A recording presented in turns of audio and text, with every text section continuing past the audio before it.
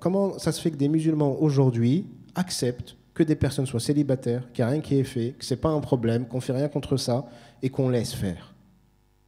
Parce que notre vision des choses, elle est plus tant islamique que ça. Il y a quelque temps, j'avais fait un séminaire sur le sujet. Des fois, j'aime bien être un peu taquin. Et j'ai un peu taquiné les frères et les sœurs qui étaient là, en leur disant qu'une des solutions pour sortir du célibat, c'est d'être musulman. Forcément, ça ne leur a pas plu. Comment? Tu nous dis qu'on n'est pas musulman? Non, je ne vais pas commencer à kfar des gens. Je commence à parler du célibat, ce n'est pas pour rendre mécréants les gens. Quand je vous dis qu'il faut revenir ou redevenir musulman, c'est dans le sens de penser comme un musulman. Un musulman, il ne pense pas qu'à lui. Si je voulais aller encore un peu plus loin, je vous dirais, vous voyez le bonheur dont on parle tant aujourd'hui, la recherche du bonheur, ce n'est pas l'objectif en tant que musulman. Si vous êtes heureux, alhamdulillah, que vous cherchiez à être heureux ou que vous le désiriez, c'est naturel et normal, tout va bien, c'est sain. Mais que ça soit l'objectif, en majuscule, que ça soit ça l'essentiel que vous recherchez dans votre vie, en islam, ce n'est pas l'objectif. Ce n'est pas l'objectif.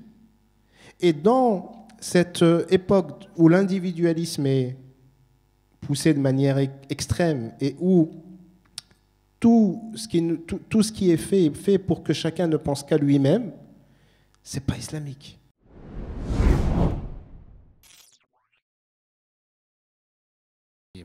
Bismillahirrahmanirrahim.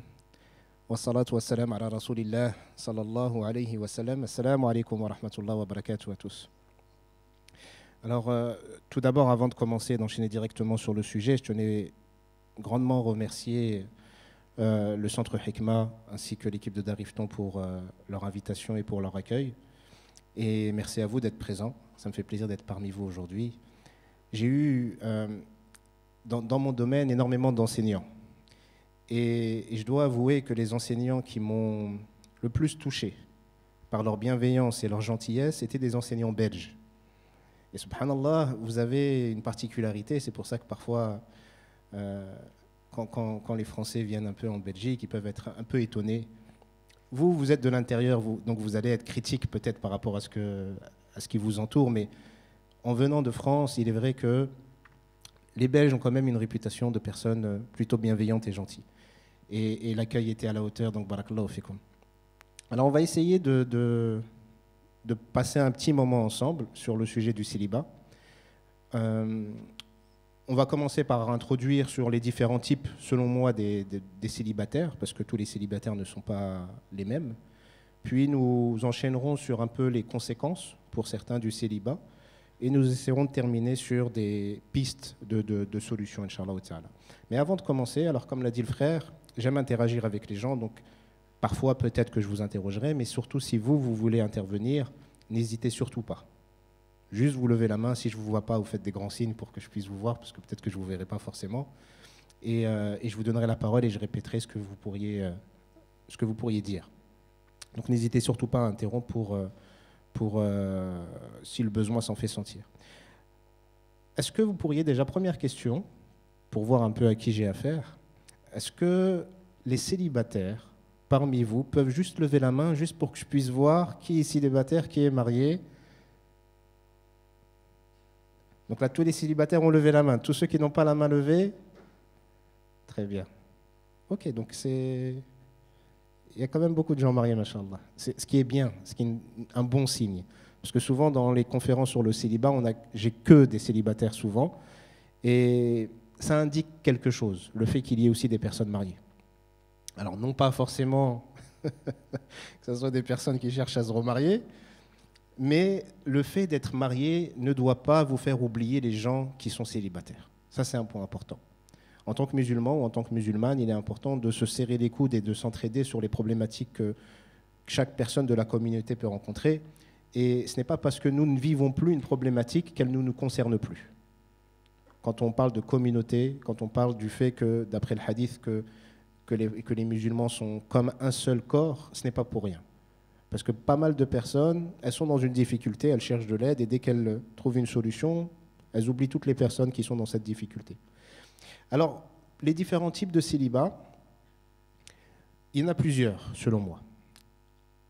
La première catégorie, et donc ça sera la catégorie sur laquelle je ne m'adresse pas, je ne m'adresserai pas à cette catégorie-là, ça ne les concernera pas, ce sont des personnes qui sont célibataires par choix, conscient, assumé, volontaire, et le célibat ne leur pose pas problème ou pas autant de problèmes que ça. Ils le vivent très bien. Cette catégorie de personnes ne sera pas concernée par mon discours. Parce que parfois, il y a des organisateurs qui me proposent d'intervenir sur différents sujets, et quand on parle de célibat, il y a toujours une petite branche de personnes qui disent « mais vous voyez toujours des problèmes là où il n'y en a pas forcément, et le célibat, ce n'est pas forcément un problème, et il y a des gens qui sont très heureux célibataires. » Oui, mais ce n'est pas parce qu'il y a des gens qui sont très heureux célibataires que tout le monde est heureux dans son célibat. Il y a des personnes qui sont donc heureux et d'autres qui ne le sont pas forcément. Donc cette première catégorie de personnes qui assument et qui le font par choix, ils peuvent très bien rester s'ils sont là ou nous écouter, ce n'est pas un souci, si ça les intéresse, mais ils ne seront pas concernés par le discours.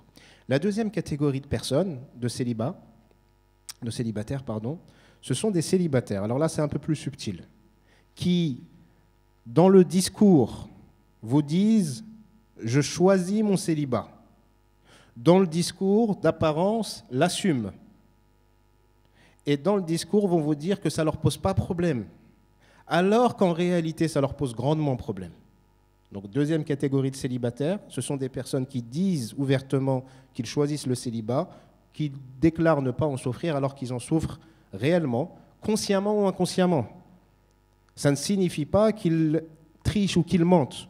Ils peuvent eux-mêmes être convaincus de leur discours, alors qu'en réalité, ils vont subir des conséquences de ce célibat et ils vont vivre d'autres souffrances qui seront annexes au sujet du mariage, et eux ne verront pas le lien, alors qu'il y aura un lien.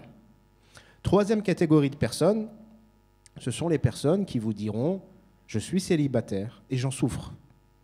Je veux me marier et je n'y arrive pas. Soit on me propose personne, soit je ne rencontre personne, soit je rencontre des gens mais ils refusent à moi, ou soit moi je refuse tout le monde, ou alors j'ai des blocages, ou les familles sont compliquées, etc., etc. » Donc ce sont des personnes, et ce seront donc la majorité des personnes qu'on va nous rencontrer, qui sont célibataires, qui souffrent de leur célibat et qui le subissent. C'est extrêmement difficile pour eux. Quatrième catégorie de personnes, une petite subtilité encore une fois, ce seront des personnes qui diront ouvertement qu'ils souffrent du célibat. Ils vont se plaindre, faire des réprimandes. Voilà, les parents ne sont pas simples, les mosquées n'aident pas, les frères et les sœurs ne facilitent en rien le mariage. Ils vont se plaindre de leur situation, alors qu'en réalité, ils sont satisfaits de leur situation. Alors je vais expliquer.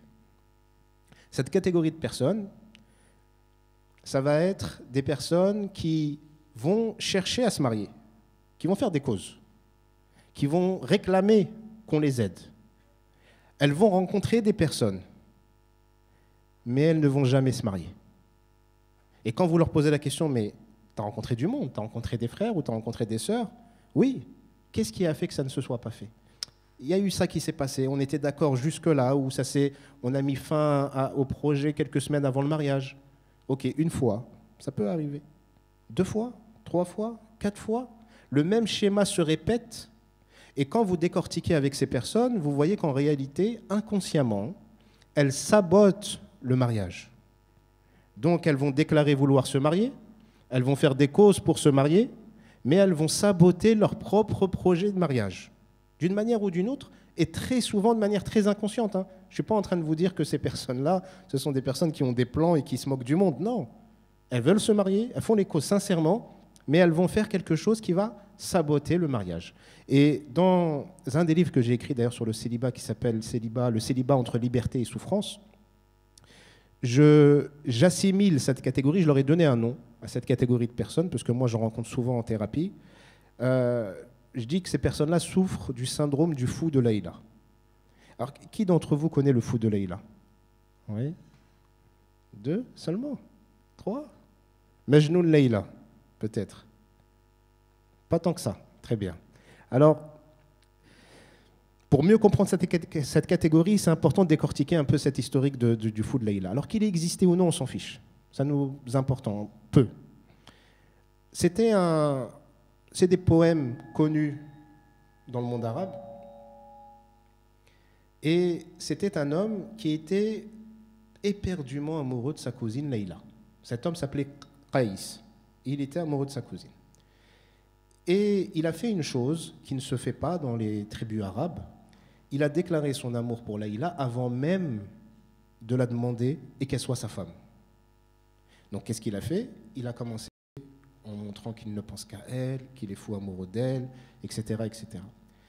Le père de Leïla, voyant ça, vu que ça ne se faisait pas, c'est quelque chose d'insultant et de rabaissant dans ces tribus-là, il l'a très mal pris. Donc quand le père de Qaïs a demandé la main de Leïla, le père de Leïla a refusé, en disant non, il nous a déshonorés. Ce qu'il a fait, c'était humiliant. Il le savait que ça ne se faisait pas. Donc je ne lui donnerai pas ma fille. Et pourtant, ils ont proposé une dot très importante, etc. Mais ça a été un refus catégorique. Là, on pourrait se dire, il est plutôt malchanceux. Non. Pour moi, inconsciemment, il a provoqué et saboté ce mariage. Et là, vous me direz, mais tous les poèmes qu'il a écrits sur elle, pourquoi il aurait saboté son mariage? Et ça, vous allez le comprendre dans un de ses poèmes, où il est dit qu'il était chez lui avec un de ses amis, et que sa cousine était venue à lui chez lui. Et quand son ami lui dit « il y a Leïla qui est devant la porte », il dit « non, dis-lui de retourner chez elle ». Et son ami lui dit « mais pourquoi? Tu nous parles de Leïla nuit et jour ». Qaïs, c'est un homme qui, quand il voyait même un chien, il pensait au chien de Leïla. Donc quand il voyait quelque chose, c'était toujours lié à elle, tellement il pensait à elle. Et là, il la rejette, il lui dit de retourner chez elle. Et son ami lui dit pourquoi? Et là, il lui répond, car j'ai peur que Leïla m'empêche de penser à Leïla. Est-ce que vous comprenez? C'est-à-dire que cet homme, ce qui était important pour lui, c'était ce sentiment qu'il avait pour cette femme, cet amour qu'il avait pour elle. Et le désir qu'il avait dans cet amour, il était dans sa tête. Et il savait éperdument que s'il se mariait avec elle, ça allait être différent. Ça ne veut pas dire que ça aurait été mauvais, ça aurait été sûrement très bien, mais moins bien que ce que lui, il imaginait. Donc il préférait rester dans son imaginaire, parce que c'est ça qui l'inspirait dans ses poèmes. Donc ce Qaïs, il a inconsciemment saboté le projet de mariage en faisant quelque chose qu'il savait éperdument qu'il ne devait pas faire, pour pouvoir avoir la main de sa cousine, et il ne l'a pas eu. Vous voyez cet exemple, on le retrouve nous, autour de nous, chez des personnes qui vont vous dire « je veux me marier, je sais un peu plus ou moins qui je suis, je sais un peu ce que je veux », mais quels que soient les prétendants ou les prétendantes, ils vont saboter le mariage. Ils vont faire en sorte que ça ne se fait pas, alors que quand vous analysez la chose, vous dites « mais t'as saboté pour ça, vous avez annulé pour cette raison, c'est ridicule. Et ça fait 10 fois que tu le fais. Il y a quand même quelque chose qui est dit derrière. » Donc ça, c'est la quatrième catégorie. Donc je répète les catégories. Première catégorie, les personnes qui assument, désirent, font le choix de ne pas se marier, du moins pour le moment, et ça ne leur pose pas problème du tout, ou même si ça leur pose problème, c'est minime. La problématique qu'ils ressentent, elle est minime par rapport à leur choix d'être célibataire. Deuxième catégorie, ce sont des personnes qui vont dire qu'ils choisissent d'être célibataires et qu'ils l'assument et qu'ils le vivent bien, alors qu'ils le vivent mal, et ils en subissent des conséquences qui sont pénibles et très pénibles pour eux. Troisième catégorie, ça va être donc les personnes qui vont déclarer souffrir du célibat et avoir besoin d'aide et réclamer de l'aide pour qu'on leur facilite le mariage. Et la quatrième catégorie, elle va ressembler à la troisième, à la différence qu'ils vont saboter les rencontres ou les mariages. Chacun d'entre vous fera sa propre analyse et verra dans quelle catégorie il est. L'important ici, c'est que vous puissiez être sincère avec vous-même. Quelle que soit la catégorie dans laquelle vous êtes, ce n'est pas un souci. Le souci, c'est de ne pas le reconnaître et de ne pas, si là où vous êtes, ça vous pose problème, de ne pas faire ce qu'il faut pour sortir de cette problématique. Donc ça, c'était en guise d'introduction déjà d'un peu décortiquer les différents types de célibat. Maintenant, en ce qui concerne les conséquences du célibat, je pense qu'on n'a pas besoin de rester trop longtemps là-dessus, puisque tous les célibataires le vivent. Ceux qui sont mariés ont été célibataires pendant un moment, et plus vous êtes célibataire longuement, plus les difficultés se multiplient. On vit dans une société qui n'est pas simple. Quand je dis société, ce n'est pas juste la Belgique ou la France. Notre modernité, l'époque dans laquelle on vit, toutes les époques ne sont pas évidentes en réalité. Mais notre époque, elle n'est pas évidente à ce niveau-là parce que les mariages sont retardés au détriment des besoins que les humains peuvent avoir. Et en plus de ça, tout ce que Allah subhanahu wa ta'ala a interdit est facilité, est répandu et encouragé. Donc on se retrouve dans une situation où soit on continue à faire les autruches, on met la tête dans le sol et on fait comme s'il n'y avait pas de problème, soit on regarde le problème en face et on essaie de trouver des solutions. Le célibat aujourd'hui est un grand problème sur plusieurs axes. Le premier, c'est un problème individuel pour les personnes qui le subissent, qui vivent cette situation, qui en souffrent et qui aimeraient en sortir.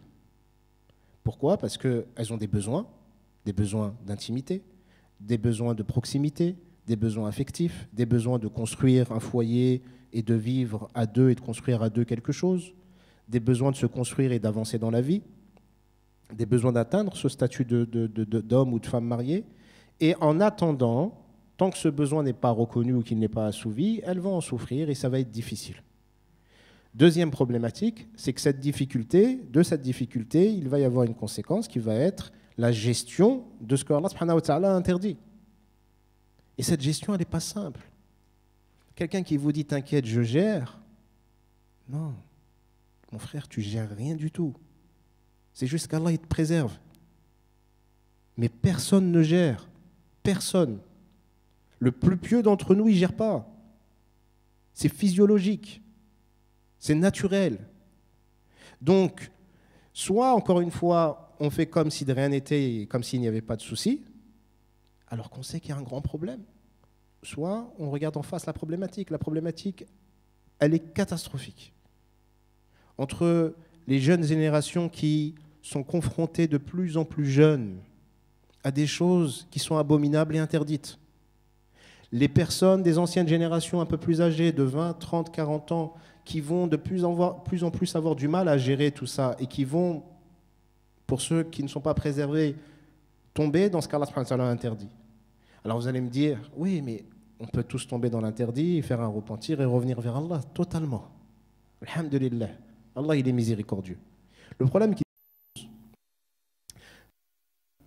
quand quelqu'un tombe dans quelque chose de grave, dans un grand péché, nous, on sait que, bien évidemment, il y a la porte du repentir qui est ouverte et qui peut toujours revenir et être meilleur que ce qu'il n'était avant, walhamdulillah. Mais ce qui se passe, c'est que les gens, quand ils tombent dans un grand péché, ils vont culpabiliser. Et la culpabilité, c'est un problème. Alors vous allez me dire, non, mais c'est bien de culpabiliser, parce qu'on reconnaît l'erreur. Non, il y a une grande différence entre culpabiliser et regretter. Allah subhanahu wa ta'ala nous invite à regretter nos actions qui sont mauvaises. C'est pour ça que c'est une des conditions du repentir.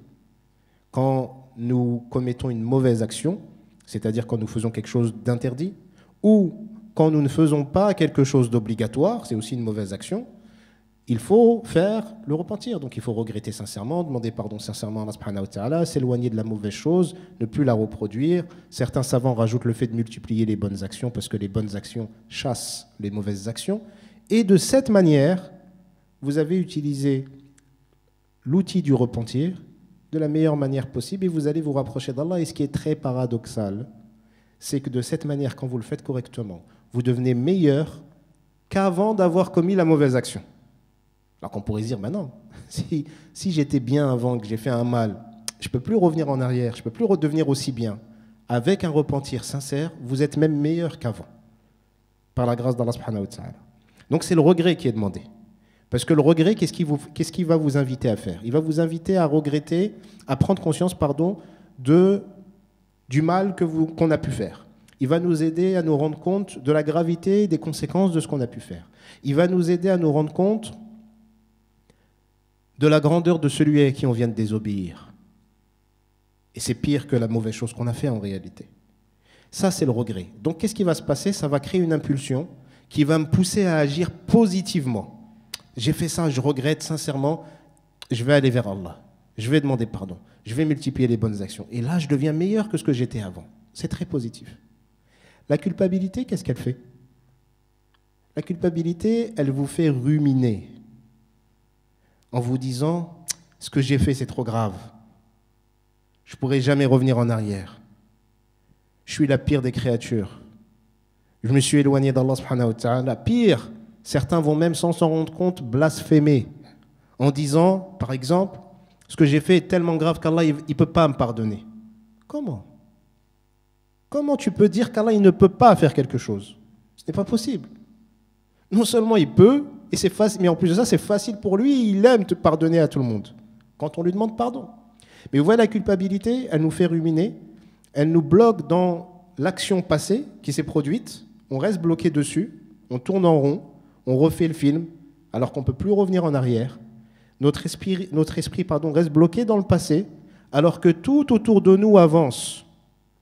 Et au lieu d'avoir une énergie positive qui me pousse à aller vers Allah subhanahu wa ta'ala, comme dans le regret, il y a une énergie négative qui me bloque dans le passé, qui me fait me percevoir d'une manière rabaissante, moins que ce que je suis, et qui me pousse d'une manière très pernicieuse, qui me pousse à désespérer de la miséricorde d'Allah.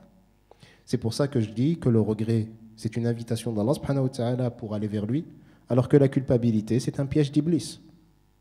Donc si je reviens à ce que je disais tout à l'heure, certaines personnes donc vont commettre, parce qu'elles ne gèrent pas, et au bout d'un moment c'est trop compliqué, elles vont commettre ce qui est blâmable. Et elles vont culpabiliser. Et elles vont avoir une mauvaise image d'elles-mêmes. Et elles vont commencer à désespérer d'Allah subhanahu wa ta'ala. Et elles vont donc reproduire. Et reproduire. Et reproduire. Et s'éloigner d'Allah subhanahu wa ta'ala jusqu'à s'autodétruire. Ça, c'est ce qu'on perçoit tous les jours. Tous les jours, on voit des personnes qui arrivent à un certain âge en se disant « ma situation, elle est trop grave, elle n'est pas rattrapable ». Alors que non. Alors là, on est parti du célibat.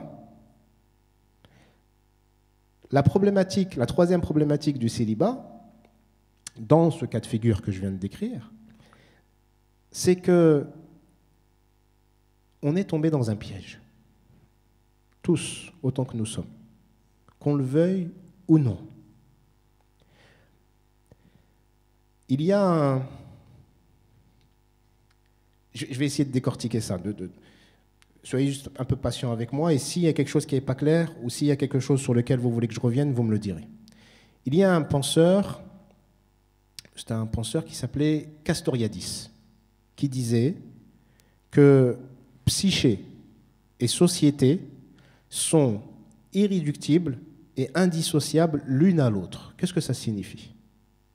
Ça signifie que le développement psychique que je vais avoir de ma plus tendre enfance jusqu'à l'âge adulte et la société dans laquelle je vis avec toutes les influences de cette société, on ne peut pas les séparer, ça va ensemble.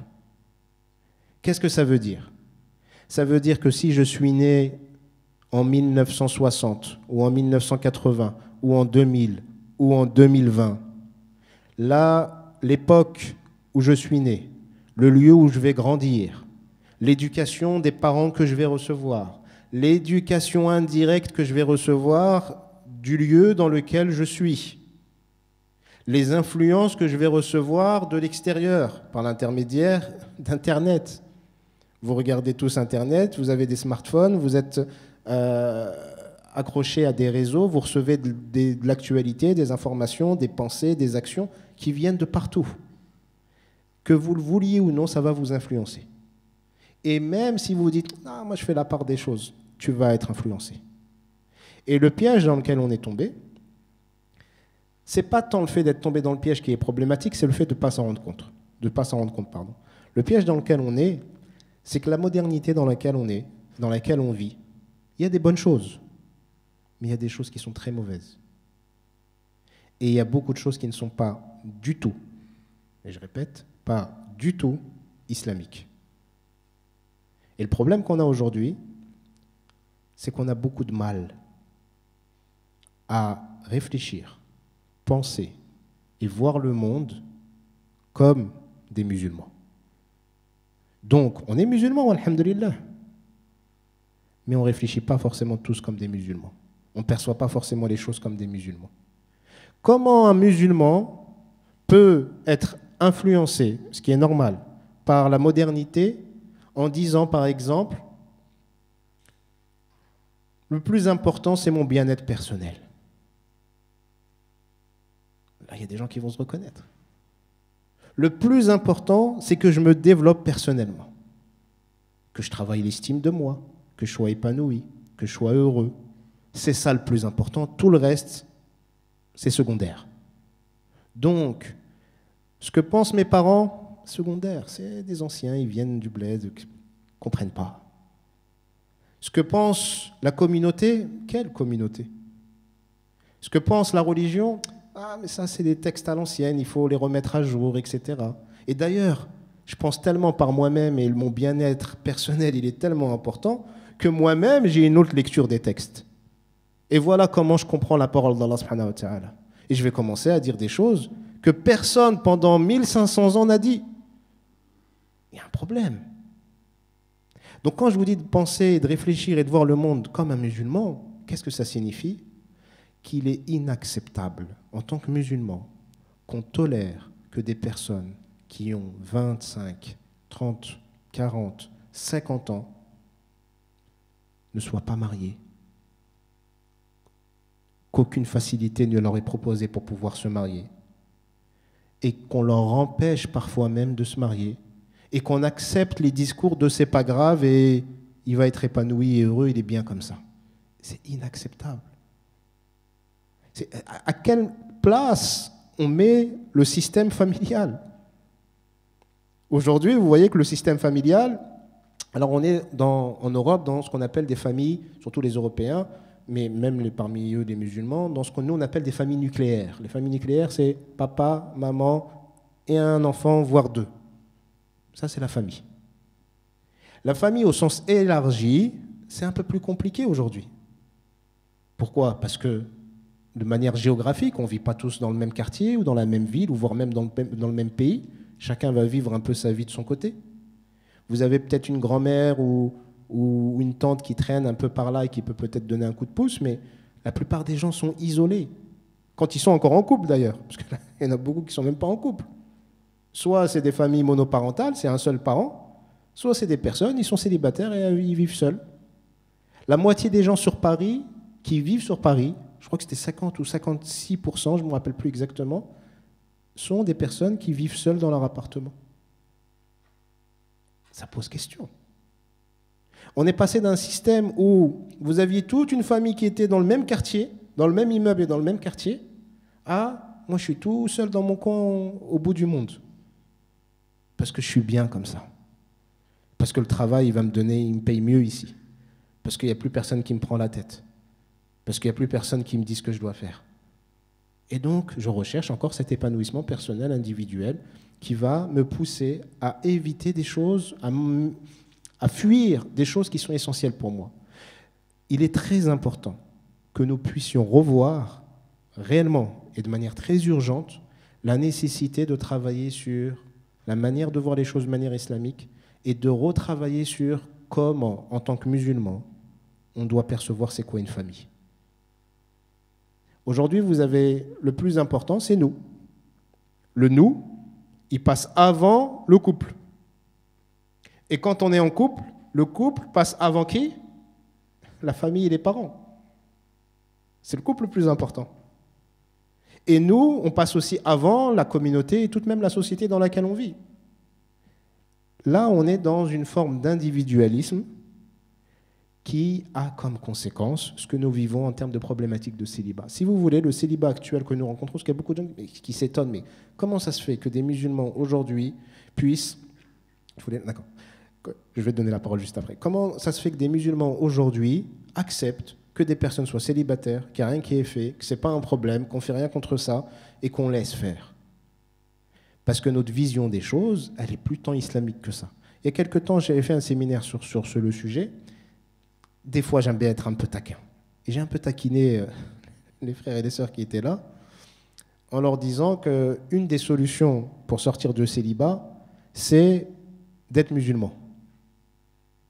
Forcément, ça ne leur a pas plu.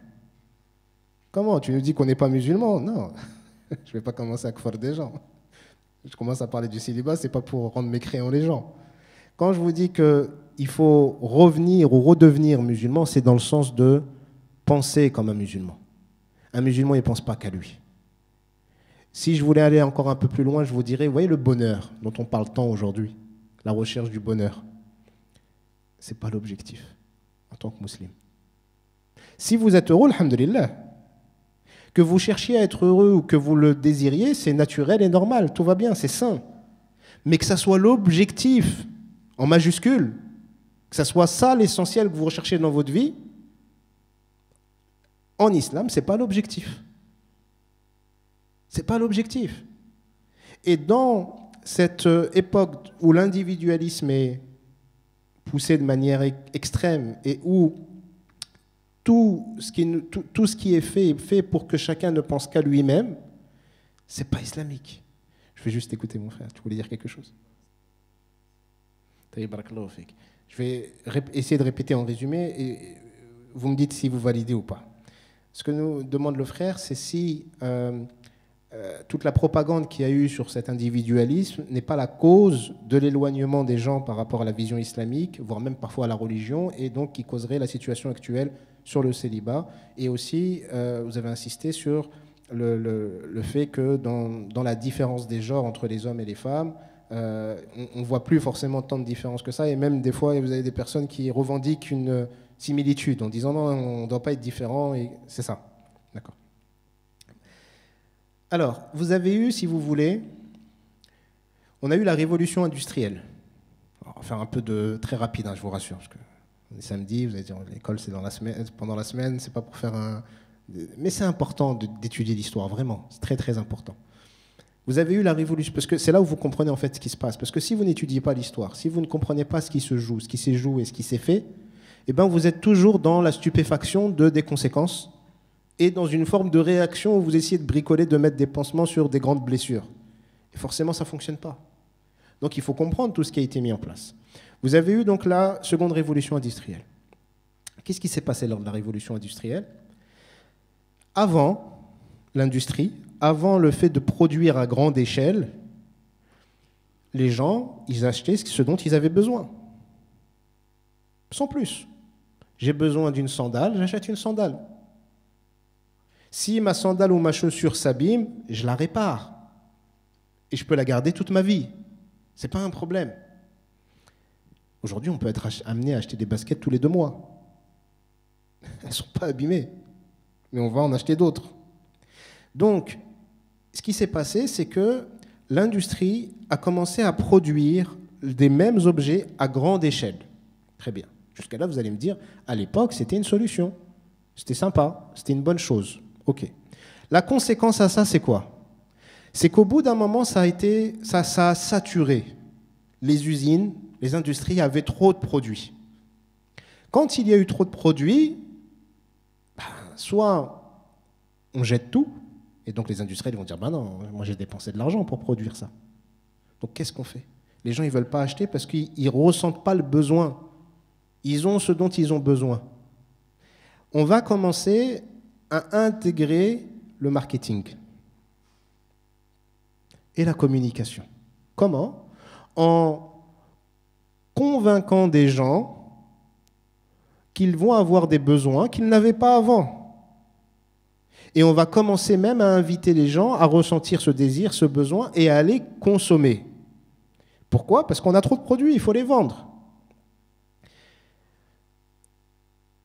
Je ne vais pas m'attarder là-dessus, mais de là, la communication, la publicité, le marketing a commencé à augmenter et les mentalités ont commencé à changer. À ce moment-là, on est passé dans une première modernité par rapport à la tradition d'avant. Cette première modernité, on va avoir des gens qui vont commencer à avoir des besoins qu'ils n'avaient pas avant. Ils vont commencer à voir le monde d'une manière différente. Et pendant cette première modernité, ça tombe plus ou moins au même moment, il y a eu pas mal de changements politiques. En Europe, par exemple, avant c'était l'Église. Les gens suivaient l'Église et écoutaient l'Église, ce que disait le pape ou les chefs religieux, et on suivait. À l'époque, dans la manière traditionnelle, le besoin personnel ou le plaisir personnel, c'était même péché. Ce n'était pas pris en compte. Si vous vous mariez, c'est pour faire des enfants. Et si vous pouvez ne pas vous marier, ben c'est encore mieux, vous serez impieux. C'est pour ça qu'ils font des vœux de chasteté, etc. Puis, la famille, comment elle était observée? Elle était observée, c'était quelque chose d'important de percevoir la famille. Pourquoi? Parce que c'est quelque chose qui allait soutenir, maintenir un socle qui allait permettre aux gens de survivre. Ça, c'était à l'époque traditionnelle. Première modernité, ça a commencé à bousculer, à se bousculer. En plus, il y a eu des guerres, etc. Sur ce besoin que les gens ont eu, ces nouveaux besoins que les gens ont eus, ils ont commencé à revendiquer des nouveaux besoins, en remettant en cause. Vu que ce n'est plus l'Église qui gère, mais c'est l'État qui gère. Et l'État, il commence à mettre des nouvelles lois. Et les perceptions des gens sont passées de avant, on cherchait à aller au paradis, et maintenant, on cherche à être plus ou moins heureux dans la vie. On est passé de 1920 à 2000. En achetant le nouvel iPhone qui vient de sortir, je vais sûrement être heureux. Mais mon frère, tu as déjà un téléphone? Oui, mais c'était l'iPhone de l'année dernière. Oui, mais c'est quoi la différence avec le nouveau? Il est mieux. Le zoom, il est meilleur, la qualité de l'image, elle est meilleure, l'écran, il est meilleur, tout est meilleur, donc il me le faut. OK. Mais si tu ne l'as pas, qu'est-ce qui se passe? Je ne vais pas être bien. Et si tu l'as, qu'est-ce qui se passe? Je vais être heureux. D'accord, achète-le. Vous l'achetez. Vous allez être bien un jour, 2 jours. Puis le nouveau truc qui était ce que vous désiriez, vous ne le désirez plus. Et vous allez commencer à vouloir autre chose.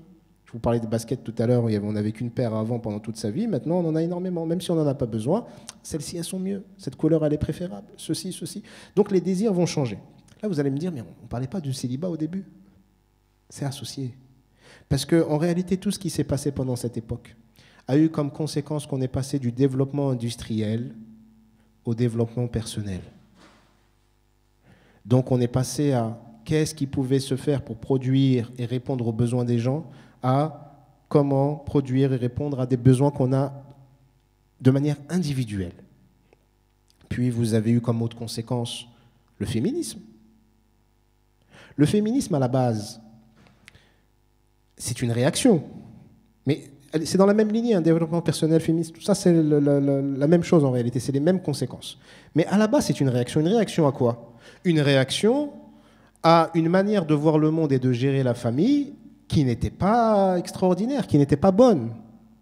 Vous aviez des chefs de famille, des pères, des hommes qui étaient des tyrans. Réellement. Donc au bout d'un moment, quand vous êtes une femme et que pendant des millénaires, on vous écrase, on vous humilie et que vous êtes constamment victime d'injustice, arrive un moment où vous dites c'est bon, stop, c'est plus possible. Réaction, on veut nous aussi nos droits, ce qui est légitime, normal. Mais ce qui va se passer, c'est que vous allez passer pour certaines on veut réagir à une injustice, à un excès, pour aller vers un autre excès. Et ça va donner la femme est forte, elle n'a pas besoin d'homme. À quoi ça sert un homme? Soit c'est un tyran, soit c'est un bon à rien. Qu'est-ce que je vais me traballer avec un être qui me ralentit? Donc, étant donné que pour sortir de ces injustices, le discours qu'il y a eu pendant un moment, c'était « Écoute ma fille, moi j'ai souffert et j'ai galéré, qadar Allah. Voilà, ton père il m'a fait la misère. Et je ne pouvais rien faire et c'était pour vous que je suis resté. Ok. Pourquoi tu ne pouvais rien faire, maman? J'avais rien pour sortir de cette situation. Donc c'est pour ça, ma fille, c'est très important que tu ailles étudier. Il faut que tu étudies. De manière à ce que tu ne dépendes pas d'un homme, surtout s'il est tyrannique, que tu puisses t'en libérer. Le discours, il est juste. Il n'y a pas de mal à étudier, au contraire. Plus vous étudiez dans le bon sens, mieux c'est. Parce que les études, il y a aussi un autre problème par rapport aux études. Je ne vais pas m'attarder là-dedans pour ne pas me disperser, mais si vous étudiez, que vous faites énormément d'années d'études, mais que votre vision du monde elle est plus islamique et que vous ne pensez plus à l'islam et que vous ne pensez plus aux humains, vous avez perdu vos années. Ce que vous faites, ça ne sert à rien. Mais c'est une autre problématique. Je ne vais pas m'attarder là-dessus. Donc ce discours va donner voilà ma fille, il faut que tu te libères, il faut que tu sois indépendante, il faut que tu sois autonome. Très bien. En France, encore jusqu'au milieu du XXe siècle, la femme n'avait pas le droit d'avoir un compte bancaire. Elle n'avait pas le droit d'avoir un compte bancaire. Vous imaginez à quel niveau elle est et la dépendance qu'elle peut avoir vis-à-vis de l'homme. Taïeb.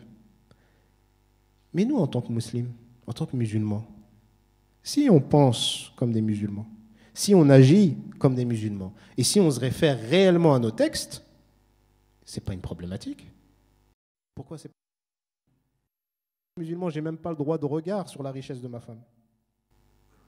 J'ai pas le droit de regarder ce que ma femme a comme argent, parce que ça lui appartient. En tant que musulman, en tant qu'homme, je dois assumer mon foyer. C'est à moi de l'assumer, le foyer. Si on est en galère et qu'elle veut m'aider, qu'elle peut m'aider, c'est compté comme une aumône pour elle. Mais elle n'est pas obligée de le faire. Elle pourrait dire non, débrouille-toi. C'est ton rôle, c'est toi qui dois assumer ça. Donc en islam, non seulement c'est mon rôle d'assumer mon foyer, je n'ai pas le droit de regard sur la richesse de ma femme, et ma richesse à moi ne m'appartient pas totalement parce que je dois assumer mon foyer. Donc moi, je passe en dernier. C'est pas j'ai ma paye, je m'achète la dernière console, le dernier jeu et les meilleurs habits que je veux parce que c'est plus élégant ou plus beau ou la marque elle coûte trop cher. Non, c'est d'abord il faut que je paye le loyer, il faut que je nourrisse et il faut que je vois si eux ils manquent de rien et s'il reste quelque chose, peut-être que je me ferai plaisir si c'est pas du gaspillage. Donc ces problématiques, islamiquement parlant, on les a pas.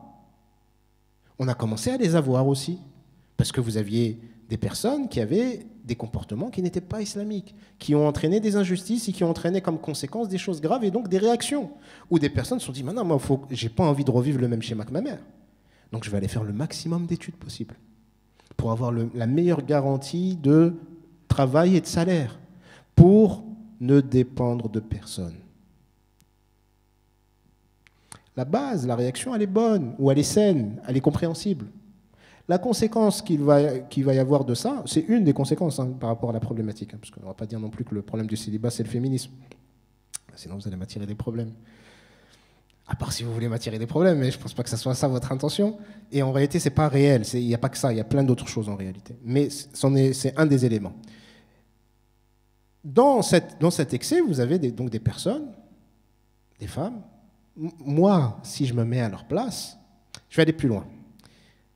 Je ne vais pas me mettre à leur place. En tant qu'homme, je pourrais me poser la question, et donc vous poser la question, si nous n'étions pas musulmans, est-ce qu'on se marierait réellement? C'est pas sûr. Moi, je suis pas sûr. Si j'étais pas musulman, je suis pas sûr de me marier. Pourquoi me marier? Être avec la même personne toute ma vie? Assumer une personne toute ma vie? Supporter une personne toute ma vie? Gérer un foyer toute ma vie? Perdre, entre grands guillemets, ma liberté? Jamais de la vie. Pourquoi? Si elle me plaît, ben, bismillah, on y va. Si elle ne me plaît plus, ben, je vais voir quelqu'un. Et c'est ce que se passe aujourd'hui. Les gens, ou que ça ou même hors mariage, c'est jetable. Il n'y a plus cette idée d'engagement. Il n'y a plus cette idée de je dois assumer mon rôle. Je reviens à ce que j'ai dit initialement. Il n'y a plus cette réflexion de penser comme un musulman. Quand je m'engage jusqu'au bout. Quand je me marie pas juste pour un petit kiff personnel. Je me marie pas juste pour un petit confort personnel. Alors oui, Allah subhanahu wa ta'ala dit dans le Coran qu'il a créé pour nous des épouses, et c'est parmi ces signes, pour qu'on puisse se reposer, qu'on soit tranquille auprès d'elles. Et puis il a mis de l'amour et de la miséricorde entre nous. Oui, on cherche la tranquillité. Mais on ne parle pas de la même tranquillité. La tranquillité du croyant, c'est d'éviter ce qu'Allah subhanahu wa ta'ala il a interdit, et de se rapprocher de ce qu'il désire, et de tout faire pour le satisfaire, et de faire en sorte que la société elle soit saine, équilibrée et prospère. Mais si moi je pense à la tranquillité, ma tranquillité à moi personnelle, soit je ne me marie pas, et je suis dans le haram, avec toutes les conséquences qu'il y a, comme j'ai cité tout à l'heure, soit je me marie, et dès qu'elle me saoule, salam alaikum. Et c'est un problème. Comment? Je vais prendre une femme qui est la fille d'un homme et d'une femme qui l'ont mis au monde, qui l'ont nourri, qui l'ont chéri, et moi je vais me moquer, l'utiliser et la jeter. C'est pas islamique. Alors certains vont me dire, ouais, mais le divorce, il est permis. Oui, il est permis dans certaines conditions, il peut même être obligatoire dans d'autres. Ce n'est pas un problème, ce n'est pas le sujet. Ce que je suis en train de vous dire, c'est que si je réfléchis comme un croyant, je ne perçois plus le mariage que comme une réponse à un besoin personnel. Ça va être une réponse à un besoin personnel, mais ça m'engage à un travail individuel. Oui.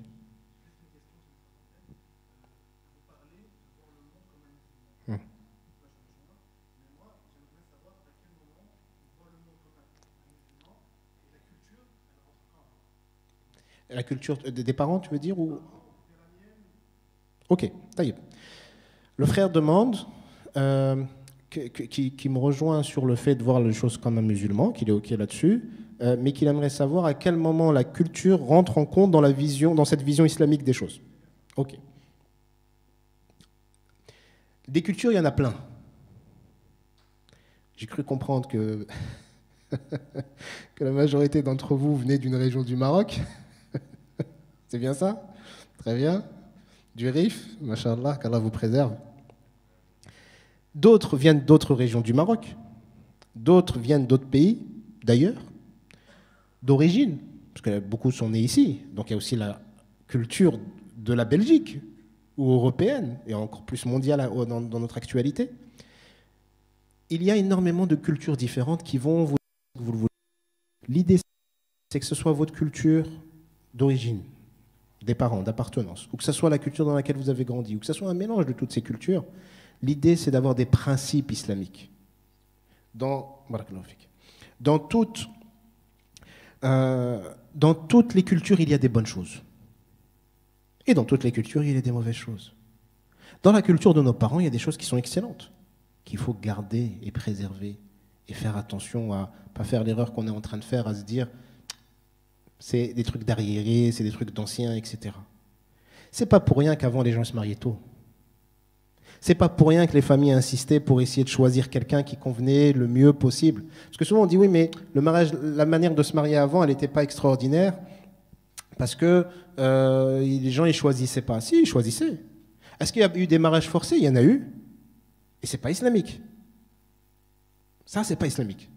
Est-ce qu'on a forcé des gens à être avec une femme et des femmes à être avec... Oui. Est-ce que c'est islamique? Non.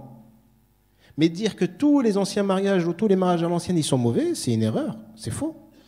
Pourquoi? Parce qu'on proposait à la sœur ou au frère de se marier avec un tel ou une telle qu'on connaissait, parce qu'on les a vus grandir, parce qu'on connaissait la famille, parce qu'on savait qui étaient, qui elles étaient, et on se disait, ben, ils sont plus ou moins... Ça pourrait le faire. Pas que pour eux deux, ça pourrait le faire pour tout le monde. Et s'il y a un problème, on pourra intervenir et gérer et aider. C'est pour ça qu'aujourd'hui, on reviendra peut-être dessus après, mais il y a des parents, des fois les frères et les sœurs se plaignent en disant « mes parents, ils ne veulent pas quelqu'un d'une autre origine, etc. etc. » Je comprends. Ça peut être ennuyant. Alors quand c'est pour des causes de racisme, ce n'est pas islamique. Je ne veux pas que tu te maries parce qu'il est noir, ce n'est pas islamique. Je ne veux pas que tu te maries parce qu'il vient du sud du Maroc, ce n'est pas islamique. Dans le sens, les gens du sud, on ne veut pas d'eux, on ne les aime pas, etc. Par contre, s'ils vous disent « écoute ma fille ou écoute mon fils », qu'ils soient noirs ou n'importe quelle couleur, qui viennent de telle région ou de n'importe quel pays, ce n'est pas le problème. En tant que musulman, on accueille tout le monde et on respecte tout le monde à partir du moment où il est croyant. Est-ce qu'il a un bon comportement? Oui. Nous, ce qui nous inquiète en tant que père ou en tant que mère, c'est quand il y aura des problèmes, est-ce que nous, on pourra aider et les gérer? Mais moi, si je viens du RIF, je connais les codes du RIF. Donc, si ma fille, tu te maries avec quelqu'un du RIF, eh ben, je connais les codes. Je vais pouvoir intervenir. Je sais comment ça fonctionne. C'est comme ça que les parents fonctionnent. Ils sont inquiets, ils prévoient les dangers et ils se disent, je pourrais intervenir. Mais si tu te maries avec quelqu'un d'ailleurs, s'il y a un problème, on ne sait pas quoi faire, nous. On est démunis. Donc, tous les parents ne pensent pas comme ça, hein. Qu'on soit bien clair. Hein. Il y en a qui ne pensent pas forcément très bien. Mais sur la culture, tout ce qui est bon, vous le gardez, vous le prenez. C'est pour ça que même les convertis, quand il y a des gens qui se convertissent, qui viennent de Belgique ou d'ailleurs, oui, mais moi, je veux renier... Pourquoi tu veux renier ta culture? Il y a des bonnes choses dans ta culture. Il y a des principes importants, moraux, qu'il faut garder. Il y a des principes islamiques que nous, parfois, on a perdus en étant nés dans l'islam. Donc, dans la culture, tout ce qui est bon, vous le gardez. Tout ce qui est mauvais, vous le rejetez. avec les lunettes des principes islamiques. Quand je vous dis de penser, de réfléchir comme un musulman, ce n'est pas de réfléchir comme un Marocain ou un Rifin ou un Sénégalais ou je ne sais pas quoi. Non, c'est de réfléchir par rapport à ce qu'Allah subhanahu wa ta'ala nous dit, par rapport à ce que le prophète nous a enseigné. Les principes, ils sont clairs. Ils sont clairs et nets, les principes. C'est-à-dire qu'on va rechercher la justice. Donc on va rechercher à éviter les injustices. On va rechercher la satisfaction d'Allah subhanahu wa ta'ala. Où est-ce qu'elle se trouve? Elle se trouve là où il nous dit qu'elle se trouve. Ce n'est pas moi qui vais vous dire où est-ce qu'elle se trouve, c'est Allah subhanahu wa ta'ala lui-même qui nous le dit. On va donc éviter ce qui met en colère ou ce qui nous éloigne d'Allah subhanahu wa ta'ala. On va essayer d'imiter ce que le prophète a mis en place et pourquoi il l'a mis en place. Et on va essayer de s'éloigner de ce sur quoi il nous a mis en garde. On va éviter tout ce qui est blâmable. Et on va se rapprocher de tout ce qui est louable. Où qu'on soit. Que ce soit dans le mariage, que ce soit dans les études, que ce soit dans le travail, c'est toujours le même fonctionnement. Mais c'est quelque chose qui s'est perdu. Alors, d'accord. Les questions, c'est sur la tablette, c'est ça? Il est parti, le frère? C'est ça? C'est comme ça que ça fonctionne habituellement? Ok. Parce qu'il me dit qu'il y a des questions à l'écrit. Alors, juste avant de les prendre, je vais essayer déjà de conclure par quoi? De conclure de revenir sur ce que je disais tout à l'heure. C'est ça? D'accord, voilà, ça marche. Ok. C'est les premières, c'est les plus basses. Ok. Donc tout ça pour vous dire que notre manière de voir les choses, elle est à revoir. Et donc la situation actuelle des célibataires, la situation actuelle même des gens mariés, de notre manière de voir la famille, de notre manière de gérer nos épouses, que les femmes gèrent leurs époux, de nous comporter, elle est aussi à revoir. Et sur donc les solutions, il n'y a pas de solution magique. Et elle ne viendra pas de l'extérieur.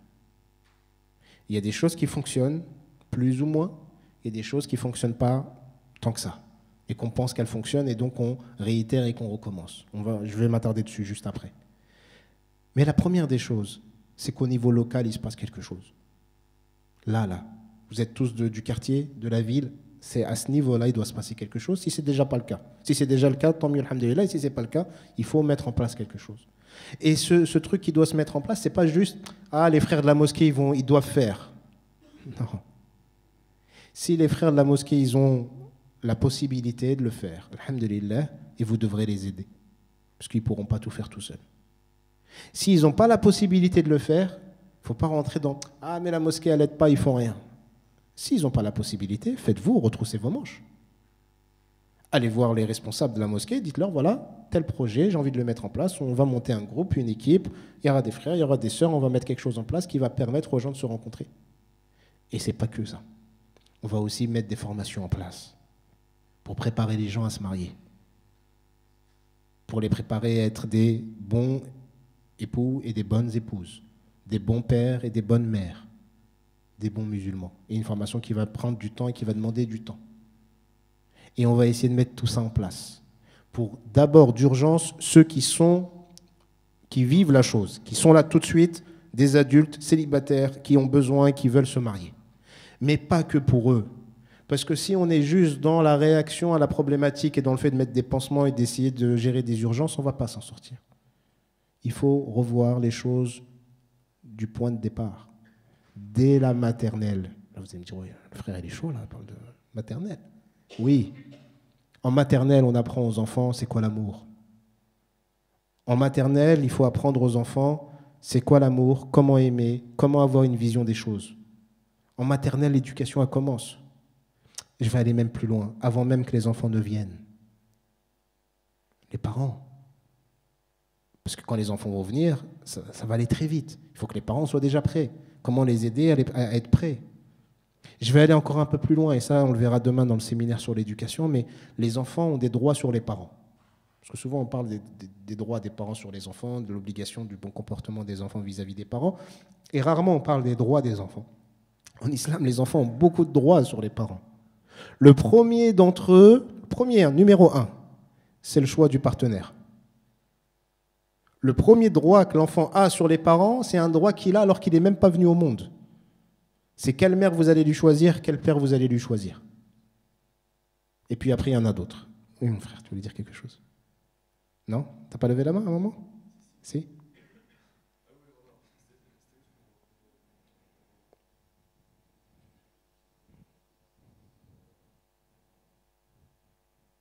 T'as oublié? Ça va revenir? Ça va revenir, Inch'Allah. Je prends les questions écrites. Si ça revient, tu relèves la main, Inch'Allah. Euh, alors, juste une chose par rapport aux questions. Je vais essayer de répondre au maximum de questions, mais je ne réponds pas aux questions religieuses.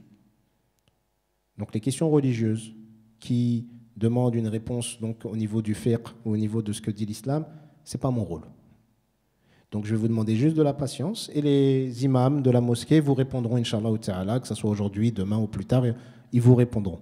Mais il est important de deux choses. Un, que les personnes répondent aux questions qui les concernent et qu'on ne commence pas tous à s'improviser ce qu'on n'est pas et à commencer, parce que sinon on veut régler le problème là, on en crée un autre ici. Donc les questions religieuses, barakallahu fikum, vous les gardez et vous les poserez quand vous aurez affaire à vos mashayikh, Inch'Allah, vous leur poserez toutes les questions que vous voulez. C'est leur rôle de vous répondre et ils vous répondront avec plaisir, Inch'Allah. C'est revenu?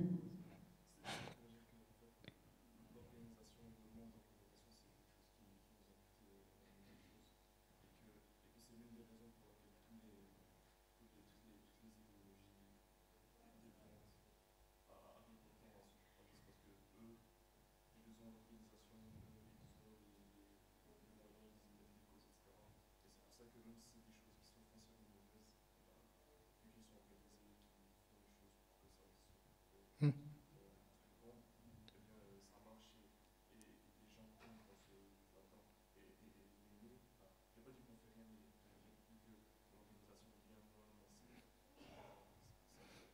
C'est mathématique.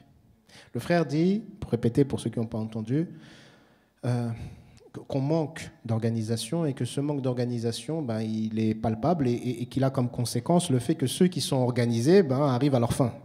Et que ben, soit on est pris par le vent ou on est influencé par quelles que soient les pensées que les gens vont investir et vont s'organiser, on va être pris là-dedans. Et c'est totalement vrai. Euh, quand une idéologie veut être propagée, elle est pensée, elle est structurée, et puis c'est des millions, voire des milliards qui sont mis sur la table avec un laps de temps qui peut être très long pour que ça soit appliqué. Quand on veut faire quelque chose, c'est compliqué. Déjà, juste vous parler de budget, vous allez perdre la majorité des gens. En parallèle, par exemple, je suis chercheur en psychologie et en psychopathologie. Alors, je suis chercheur auprès d'une université avec une autre université et avec un hôpital. Ça, c'est un truc à part. Mais je fais aussi des recherches personnelles sur justement la mise en place d'une psychologie islamique, d'une psychothérapie islamique, etc. Je suis extrêmement isolé. Les gens qui sont... La plupart des gens vont dire « ouais, c'est pas important » ou « on s'en fiche ». Certains vont vous dire « ah, machallah, c'est magnifique, c'est super. On est croyant. » Ça va s'arrêter là. Donc quand il faut des cerveaux, des bras et de l'argent, c'est plus compliqué. Parce que juste la recherche, ça demande du temps et des financements. Mais ce financement, il est énorme. Donc on bricole. Les frères, alors, machallah, vous avez fait quelque chose quand même d'assez extraordinaire et le frère m'a fait visiter tout à l'heure. Ce qui a été mis en place ici est vraiment excellent et avec un énorme potentiel. Ça ne s'est pas fait comme ça. Les frères et les sœurs, au début, j'imagine qu'elles ont galéré. Puis, ça a été difficile de s'organiser. Ça a été difficile de se mettre d'accord. Ça a été difficile d'être endurant. Et je pense qu'il y a un groupe de personnes qui a pris sur ses épaules et qui a subi, qui a supporté pour que les choses aient lieu progressivement, par la grâce d'Allah subhanahu wa ta'ala. Maintenant, si on était bien évidemment organisé d'une autre manière et que tout le monde mettait la main à la pâte, ça se ferait plus vite et mieux. C'est la même chose au niveau du mariage. Ça concerne tout le monde dans sa vie, parce que tout le monde à un moment donné dans sa vie est célibataire. Vous n'êtes pas né et marié. Vous êtes né, vous grandissez, puis vous commencez à avoir des envies, des besoins, et puis vous cherchez à vous marier, puis vous faites des causes, etc. Tout le monde a été célibataire. Qu'est-ce qui est fait pour les célibataires? Pas grand-chose. Et partout, hein. Alors, il y a ici et là des mosquées qui ont un peu un centre de préparation au mariage, rarissime, voire inexistant. Ou des associations ou des mosquées ont fait un bricole pour faire rencontrer les frères et les sœurs pour qu'ils se marient et on leur facilite les rencontres. Ok, c'est bien, ça bricole. Est-ce qu'il y a vraiment des structures qui forment, qui préparent les gens à avoir cette philosophie de vie, cette manière de voir les choses et à les préparer depuis la tendre enfance et même avant? Non, pas encore. Pourtant, tout le monde se plaint de ça, tout le monde voit les problématiques qui sont liées à ça, il n'y a pas grand-chose qui est fait. Et après, on va se plaindre. Ah, nos jeunes, ils sont perdus, ils sont dans le façade, ils sont entre eux. Alors ceux qui ne sont pas dans le din, ils sont complètement perdus. Ceux qui sont dans le din, msakin, ils sont entre le din et les mauvaises choses. Et puis il y a les mauvaises applications, et puis il y a les mauvais sites, et puis il y a les mauvaises séries, et puis il y a les mauvais... Et on va se plaindre, on va critiquer, on va dire voilà, il y a tout ça. Mais qu'est-ce qu'on propose en retour ou en contrepartie? Ou qu'est-ce qu'on fait pour éviter tout ça? Donc juste le discours de c'est pas bien, il faut arrêter, ça suffit pas. Ça suffit pas du tout. Ce que moi je vivais à ma génération, que j'ai découvert ou que j'ai appris quand j'avais 15, 18 ans, aujourd'hui, à 8 ans, ils sont au courant. À 8 ans, ils y sont confrontés. À 8 ans, les petits, ils ont pratiquement tous vu des choses qu'ils ne devaient pas voir. Et nous, on va arriver avec un discours de ouais, non, le mariage, plus tard. Plus tard, il faut que tu étudies, il faut que tu fasses de l'argent, il faut que tu achètes un appart, il faut que ceci, il faut que cela. 30 ans, 35 ans, et après, la raoun. Ah, il n'y a pas, c'est dur, il faut patienter. C'est des êtres humains qui sont en face de nous. L'organisation, elle est importante. Alors, je vais essayer de prendre les questions. Est-ce qu'il y a la baraka d'Allah après les relations hors mariage, après le halal? Est-ce qu'il y a la baraka d'Allah après les relations hors mariage? Ils étaient pas dans le halal et ils sont rentrés dans le halal? Alors, vous avez une parole qui dit que le remède des amoureux, c'est le mariage. Donc, bien évidemment, les savants, qu'est-ce qu'ils disent? Ils vont vous dire que quelqu'un qui est dans le haram, il faut qu'il sorte du haram et qu'il se mette dans le halal. Et quelqu'un qui sort du haram et qui se met dans le halal, Allah subhanahu wa ta'ala, il va lui faciliter. Rester dans le haram, il n'y a pas de bénédiction ni de baraka dans le haram, ça c'est sûr. Et le fait de s'en éloigner et de l'éviter au maximum, il y a, alhamdoulilah, c'est ça qui est demandé. Donc des jeunes, par exemple, qui sont dans une relation hors mariage, ou des moins jeunes, et qui s'en rendent compte, ou qui commencent à en prendre conscience que c'est mauvais, etc., il faut qu'ils se marient, s'ils respectent les conditions du mariage. C'est-à-dire que si une musulmane elle est avec quelqu'un qui n'est pas du tout musulman, non, c'est pas possible. Parce qu'ils ne peuvent pas se marier. Religieusement, ce n'est pas permis pour elle de se marier avec lui. Mais si c'est deux musulmans, par exemple, et qu'ils ne sont pas dans la halal et qu'ils prennent conscience qu'ils ne sont pas dans la bonne voie, etc., et ben, il faut qu'ils se marient, Inch'Allah, le plus vite possible. Il faut qu'ils se repentent. Après, il y a des... je ne peux pas entrer dans les avis, comme je vous disais, ce n'est pas mon rôle, mais il y a des avis sur le fait de se marier directement ou d'arrêter, quoi qu'il arrive, tout de suite la relation, de se repentir et puis après de se marier. Wallahu alam. Alors, salam alaikum, alaikum salam. J'ai une problématique. C'est qu'à chaque fois que j'ai quelqu'un de bien qui vient vers moi, subhanallah, je le repousse. Ou quand une personne me présente quelqu'un au début, c'est bien, mais subhanallah, c'est soit il y a un mensonge que j'apprends, donc c'est pas une personne honnête, entre parenthèses. C'est la parenthèse qu'il y a dans le texte. Hein. Ne vient pas de moi la parenthèse. Mais c'est pas faux.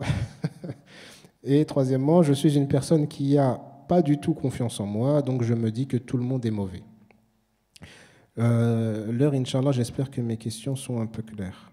Ah, khair, Inch'Allah, ok. J'espère que les questions... Oui, alors je vois pas trop la question déjà, mais c'est clair ce qui a été dit. Si je récapitule, la personne dit qu'à chaque fois que quelqu'un de bien vient vers cette personne la repousse. Ok. Je ne parle pas du deuxième cas. Deuxième cas, si là, il faut vous rendre compte qu'il y a une entourloupe et que vous mettez fin, c'est normal. C'est-à-dire que ça aussi, c'est un problème dans ceux qui se marient mal. Parce que d'un côté, on a ceux qui ne se marient pas, et puis il y a deux qui se marient mal. Ceux qui se marient mal, c'est des personnes qui, avant le mariage, ont l'information, qu'il y a plus qu'une entourloupe, qu'il y a un gros problème, mais qui s'engagent quand même, et après, ils se plaignent de la problématique. Mais tu étais au courant avant. Donc si tu étais au courant avant, pourquoi tu t'es engagé? On ne peut pas être au courant de quelque chose et faire la personne qui est surprise. Ce n'est pas possible. Donc ça, ce deuxième cas, après, il y a mensonge et mensonge. Si la personne c'est un petit mensonge et que ça ne remet pas en cause le reste et que la personne elle a des valeurs et que vous pouvez malgré tout vous marier, voilà, ça peut arriver à quelqu'un de faire une erreur. Si vous voulez lui pardonner, si ce n'est pas quelque chose de très grave par rapport à la construction d'un couple, il n'y a pas de mal. Mais faut pas que c'est pas forcément éliminatoire. Tout dépend du mensonge. Certains, si c'est un grand mensonge et que la personne c'est un pirate ou un voyou, c'est pas forcément conseillé de vous marier avec. Mais sur le premier cas de figure, sur le fait de repousser toutes les personnes bien qui viennent à vous, là, c'est à vous de me. Alors, je pense que c'est une sœur, il me semble. C'est à vous de vous interroger sur les raisons de pourquoi vous repoussez les gens. Et ce qui pourrait vous aider à essayer de trouver éventuellement une réponse, voir si vous êtes dans le quatrième cas de figure que je vous ai parlé là, les personnes qui sont dans le syndrome du fou de Leïla. Si vous êtes dans ce cas de figure-là, ce qui peut vous aider à voir si vous l'êtes ou non, c'est de regarder ce que vous avez comme bénéfice secondaire de votre situation. Je m'explique. La personne est célibataire, dit souffrir du célibat. Des bonnes personnes viennent à elle ou lui sont proposées. Elle les rejette constamment. OK. Là, on pourrait se dire, la pauvre ou le pauvre, il a du mal à trouver. Et la personne pourrait dire, je souffre du célibat, c'est compliqué pour moi. OK. Là, la personne, elle a déjà quand même fait un effort, c'est de se rendre compte que c'est elle qui repoussait toutes ces personnes-là et que c'était systématique, ça se reproduisait. Super, c'est déjà bien. C'est-à-dire que la personne, elle a pris du recul, elle a analysé la situation. Ce qui pourrait vous aider, c'est de regarder quels bénéfices vous avez à ce comportement. C'est des bénéfices secondaires. Les bénéfices secondaires, c'est quand vous êtes dans une situation que vous critiquez, qui est blâmable, dont vous vous plaignez, mais vous en tirez des bénéfices importants et donc vous allez maintenir ou rechercher cette situation. Vous le voyez chez les personnes qui ont des formes d'addiction, quelles qu'elles soient. Donc, ils sont addicts à un produit qui peut être illicite, qui est souvent illicite, qui va être nocif, mauvais. La personne va souffrir de cette addiction. Et puis, elle va vous dire, mais j'aimerais arrêter, mais j'aimerais continuer. Donc, il y a une ambivalence.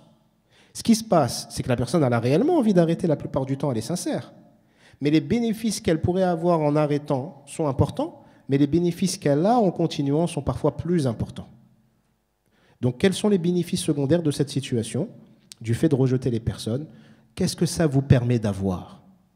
Je vous donne un exemple. Ça peut vous permettre... Attention, c'est des exemples non exhaustifs et surtout, ce n'est pas parce que je vous donne un exemple que vous êtes forcément dans ce cas de figure, parce que je ne vous connais pas. Mais vous avez des personnes qui vont être dans le célibat, souffrir du célibat, se plaindre d'être célibataire, refuser des prétendants ou des prétendantes, et vous allez dire, mais c'est quoi son bénéfice? Elle n'en a pas. Elle souffre, mskina. Ben, son bénéfice, ça peut être du fait que, parce qu'elle souffre, on s'occupe d'elle. Parce qu'elle souffre, on se plaint. On va la plaindre, pardon. Je vous donne un exemple. J'avais reçu une famille en thérapie. Je les avais reçus séparément. Et puis, première personne que je reçois, c'est une famille, c'est un papa, une maman. Il y avait 2 filles et un garçon. Je reçois la fille en premier. Voilà, je viens vous voir. Ma mère, elle souffre de dépression depuis des dizaines d'années. Et on voudrait savoir comment l'aider. Okay. Ça va être un raccourci, ce que je vais vous faire, mais c'est une réalité aussi. Mais votre mère, faudrait qu'elle vienne pour que je puisse voir avec elle. Elle ne viendra jamais. Ok, racontez-moi, parlez-moi un peu de votre famille. Ben voilà, j'ai une sœur, tatati, j'ai un frère, machallah, tatata. Mon père, c'est quelqu'un de bien, mais avec ma mère, ça ne va pas. Ok. Son père, je le vois. Je le rencontre à la mosquée. On prie dans la même mosquée. Puis on se rencontre. Le frère, le papa d'apparence, quelqu'un de très bien. Avec moi, avec tout le monde, il est très bien. Et la fille me dit, avec tout le monde et avec ses enfants, il est très bien, mais avec sa femme, ça ne va pas. Il n'est pas bien du tout. Il la maltraite, il lui parle mal, il la rabaisse, il l'insulte. Il n'y a rien qui va. Taïeb. Et votre mère a souffert de dépression depuis quand? 40 ans à peu près. Une dépression de 40 ans. Une dépression, ça se traite en quelques mois. Au pire des grosses dépressions, 6 mois, 1 an avec un bon accompagnement, on le traite, ça se règle. 40 ans. Taïeb. Elle voit un psychiatre, oui, elle en a vu plein. Elle voit des psychologues, elle en a vu plein. Elle prend des traitements, plein. Mais elle ne guérit pas. Ok. Il y a des moments où elle va mieux et puis des moments où elle rechute. Ok. Puis elle me dit, à un moment donné, je lui dis, comment il est votre papa quand votre mère tombe? Parce qu'elle me dit, elle a des phases où elle va bien, et c'est là où ça se passe très mal avec le mari, et puis des phases où elle s'écroule. Elle fait des chutes, elle fait des malaises, et elle est alitée, elle ne bouge plus du lit. Je lui dis, comment il est votre papa à ce moment-là? Et là, elle me regarde et elle me dit, subhanallah, c'est vrai que j'avais jamais vu ça, j'avais jamais pensé à ça, mais c'est vrai que je vous ai donné une image de mon père qui était mauvais avec ma mère, sauf quand elle est alitée. Je lui dis, comment ça? Elle me dit, quand elle chute et qu'elle est alitée, mon père fait la cuisine, lui ramène le plat au lit, s'occupe d'elle, est doux avec elle, lui parle gentiment, l'insulte pas, la rabaisse pas. Quel intérêt elle a de guérir? Si ce dont elle a besoin et ce qu'elle recherche, elle ne l'a que quand elle est malade, elle va se plaindre de la maladie, elle va souffrir de la maladie, mais elle va faire en sorte inconsciemment que cette maladie continue, parce que c'est que dans ces moments-là qu'elle a ce dont elle a besoin et ce qu'elle doit recevoir normalement de base. Le comportement de cet homme, il doit être normalement de base comme ça, qu'elle soit bien ou qu'elle soit pas bien. Mais comme il est bon avec elle que quand elle est mal, elle va souvent être mal. Et pas de manière consciente. Ça veut pas dire qu'elle fait un plan, faut que je chute. Non, c'est inconscient. Elle va inconsciemment reproduire quelque chose qui va lui donner ce dont elle a besoin. Et c'est ça un bénéfice secondaire.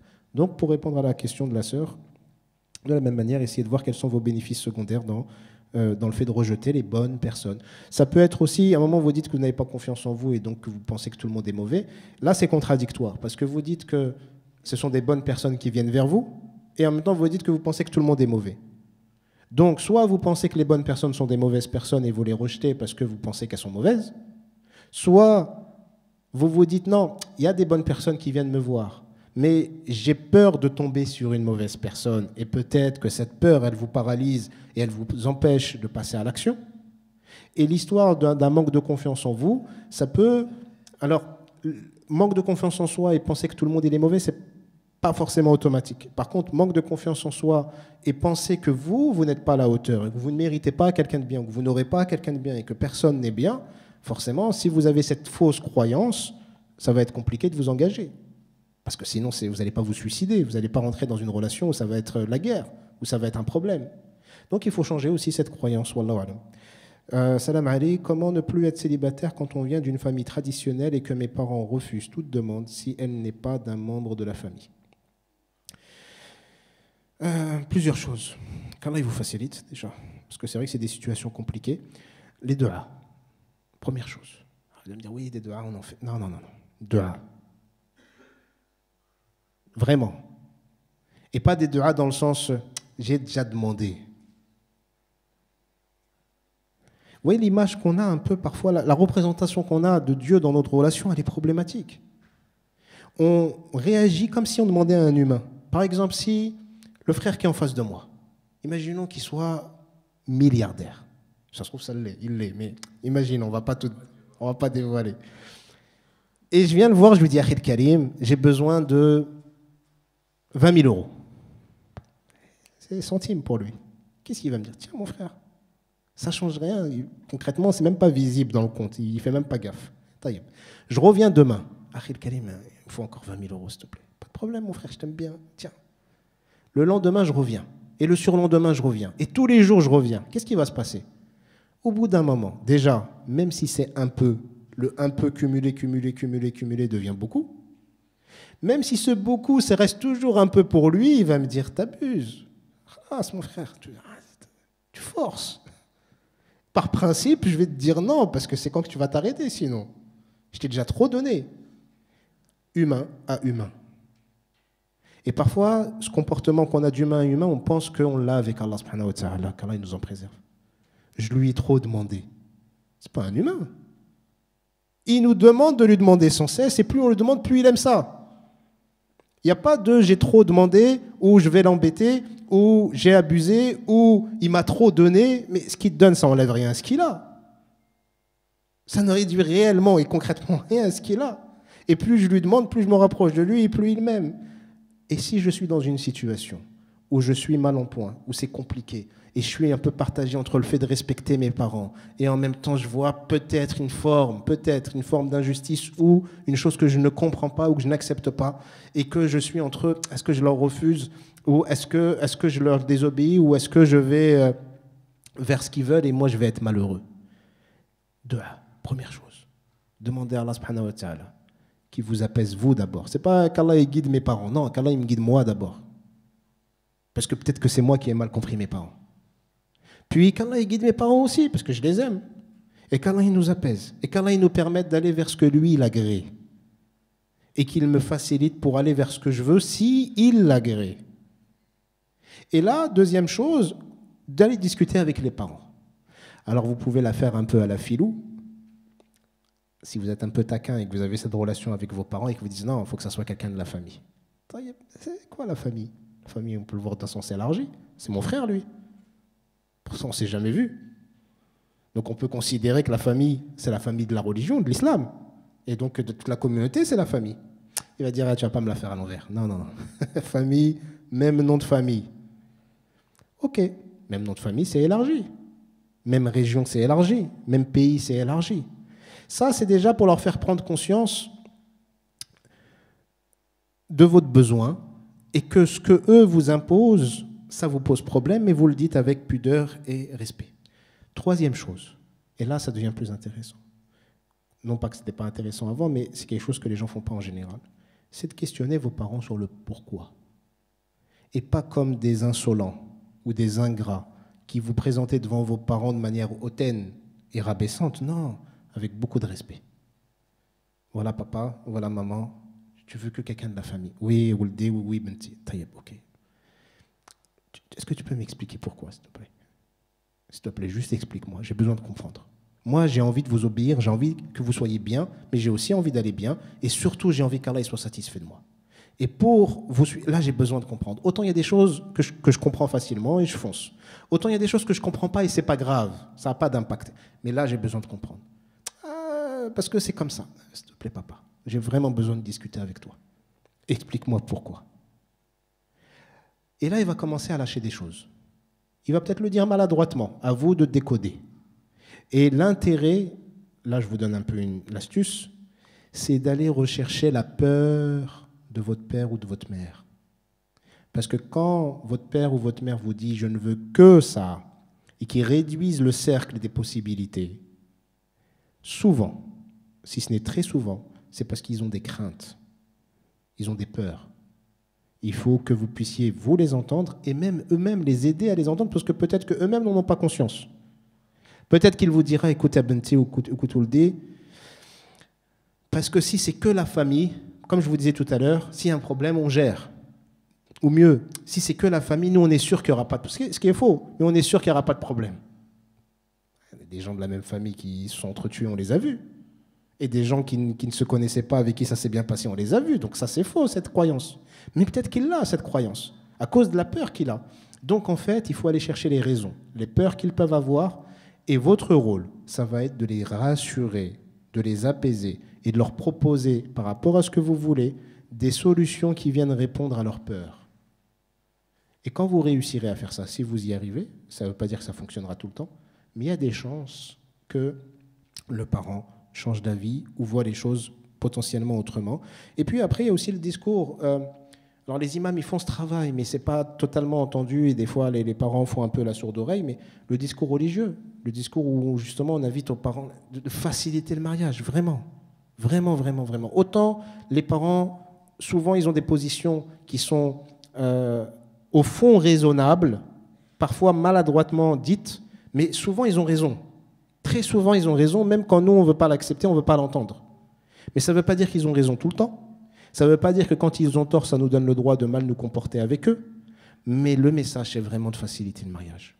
Donc vraiment, les parents, s'il y a des parents présents ou s'il y a des parents qui écoutent, facilitez le mariage à vos fils et à vos filles. Arrêtez de durcir les choses. Arrêtez de rendre impossible les choses. Des fois, je vois des situations où la sœur, on lui dit, ou le frère, souvent les sœurs d'ailleurs, tu peux te marier qu'avec les gens du village de là-bas. Elle est née ici, ça va mal se passer, Ammé. Ça va être compliqué pour eux. Elle ne veut pas. Soit elle va rester célibataire, soit elle va aller dans le haram, qu'Allah nous la préserve, et tu en seras responsable aussi. Soit elle n'ira pas dans le haram, mais elle va subir des injustices et elle va en souffrir, et ça aura des conséquences. Soit elle va t'obéir et elle sera malheureuse. Donc le but, c'est pas non plus... Les enfants ne nous appartiennent pas, ça c'est encore un autre point. Les enfants, ils ne sont pas à nous. C'est mon fils, c'est ma fille. Oui, tu les as. Allah t'a permis de les avoir, c'est toi qui as participé à la conception, mais ce n'est pas des objets. Les enfants, c'est des créatures qui appartiennent à Allah subhanahu wa ta'ala. Comme les adultes, c'est des créatures qui appartiennent à Allah subhanahu wa ta'ala, qui possèdent une âme qui appartient à Allah. Moi-même, je ne m'appartiens pas moi-même. Comment je peux posséder un autre humain? Donc si moi-même, je ne m'appartiens pas et que j'aurai des comptes à rendre et que mon corps ne va pas témoigner pour moi ou en ma faveur, que dire si je pense qu'une autre personne m'appartient? Donc nos enfants, on veut les protéger. Nos enfants, on les aime. Nos enfants, on veut le meilleur pour eux. Mais il faut que ça reste dans ce cas de figure avec le regard islamique et les principes islamiques et la justice islamique. Si je commence à dévier de ça et je commence à penser que l'enfant, c'est à moi et je veux qu'il se marie avec un tel parce que c'est moi que ça arrange, c'est une injustice. Ton enfant n'est pas un objet. Comme l'enfant, il n'est pas là pour réaliser ce que toi, tu as loupé dans ta vie. Ça, on le voit, la pression des parents, il faut que tu fasses ça ou que tu réussisses, parce que moi, je ne l'ai pas fait. Mais si lui, il ne veut pas. Il y a trop d'injustice à ce niveau-là. Donc vraiment, il faut faciliter le mariage aux gens. Vraiment, pour les parents, faciliter les choses. Vous pouvez sécuriser, structurer les choses pour que ça soit sécure. Soyez présents pour les accompagner, mais faciliter les choses. On voit des excès dans les deux sens. Autant il y a des parents qui sont démissionnaires et qui laissent leurs enfants se débrouiller, et souvent c'est n'importe quoi. Autant on a des fois des parents qui serrent trop la vis, et c'est compliqué après. Il nous reste le temps pour une question. 10 minutes? Ok.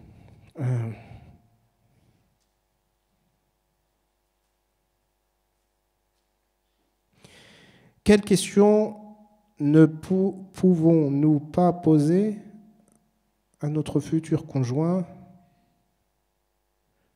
Sur les anciennes relations, les finances, etc. Que pensez-vous des couples mixtes comparés aux couples de même origine ethnique? Ok. Rapide. Je vais essayer de faire rapide. Je vais essayer. Alors, sur les questions, partez du principe que dans les contacts que vous allez avoir pour pouvoir potentiellement vous marier, il y a plusieurs choses que vous devez mettre en place avant déjà. Première chose, c'est de vous connaître un minimum ou un maximum plutôt. Savoir qui vous êtes, quelles sont vos qualités, vos défauts, ce que vous voulez, ce que vous ne voulez pas, comment vous percevez les choses, c'est quoi les grands principes que vous avez, comment vous voyez votre avenir dans votre imaginaire, même si ça ne se réalisera peut-être pas, mais au moins qui vous êtes. De manière à choisir quelqu'un qui corresponde plus ou moins, qui va être un partenaire, qui va vous accompagner. Deuxièmement, parenthèse, ne cherchez pas quelqu'un qui va vous rendre heureux. Ça, je le vois trop souvent. Moi, je veux me marier, j'attends que ma femme me rende heureuse ou que mon mari me rende heureux. Non, non, non. Ça, c'est un grand piège. Personne n'est en capacité de vous rendre heureux. Personne. Donc, si vous mettez sur les épaules de votre futur partenaire un poids qui est trop lourd et qu'elle ne peut pas assumer, ça va être la catastrophe. Parce que vous allez lui en vouloir. Et vous allez avoir des attentes qui ne sont pas réalisables. Soyez heureux déjà, vous, tout seul. Soyez bien dans votre relation avec Dieu, dans votre relation avec votre famille, dans votre relation avec les autres humains et les autres créatures. Essayez d'être le plus apaisé possible et choisissez une personne qui va vous accompagner dans le bonheur que vous avez déjà et que vous ressentez déjà. Mais si vous attendez de l'autre qu'il fasse quelque chose qu'il ne peut pas faire, ça va être compliqué. Donc, apprendre à se connaître un maximum. Choisir quelqu'un qui va juste vous accompagner dans la suite de votre schéma de vie. Et dans les interrogations ou les échanges que vous allez avoir, parlez des sujets importants. Des sujets sur l'avenir, des sujets sur lesquels vous allez ou non être d'accord. C'est quoi ton rapport à l'argent? Comment tu vois l'avenir? Est-ce que tu veux des enfants? Comment tu vois l'éducation? Qu'est-ce qui est important pour toi? Comment tu vois le monde? Qu'est-ce qui est dangereux? Et ainsi de suite.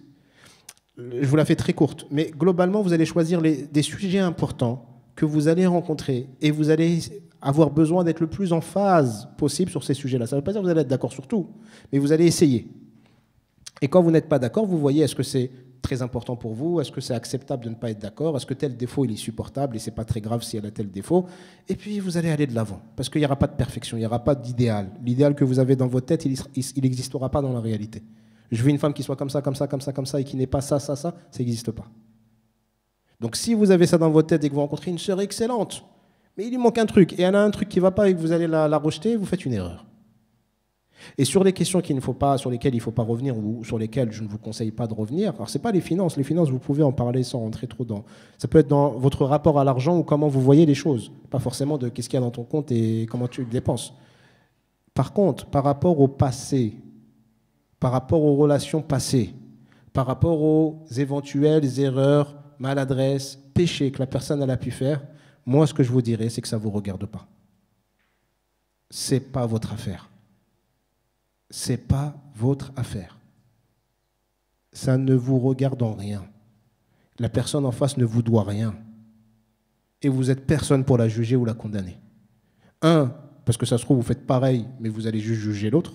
Ça se trouve, vous ne faites pas pareil, et vous estimez que l'autre, ce qu'elle a fait, c'est gravissime, et que vous êtes meilleur, alors que peut-être que vous faites quelque chose qui est plus grave auprès d'Allah subhanahu wa ta'ala. Troisième chose, c'est un piège d'Iblis.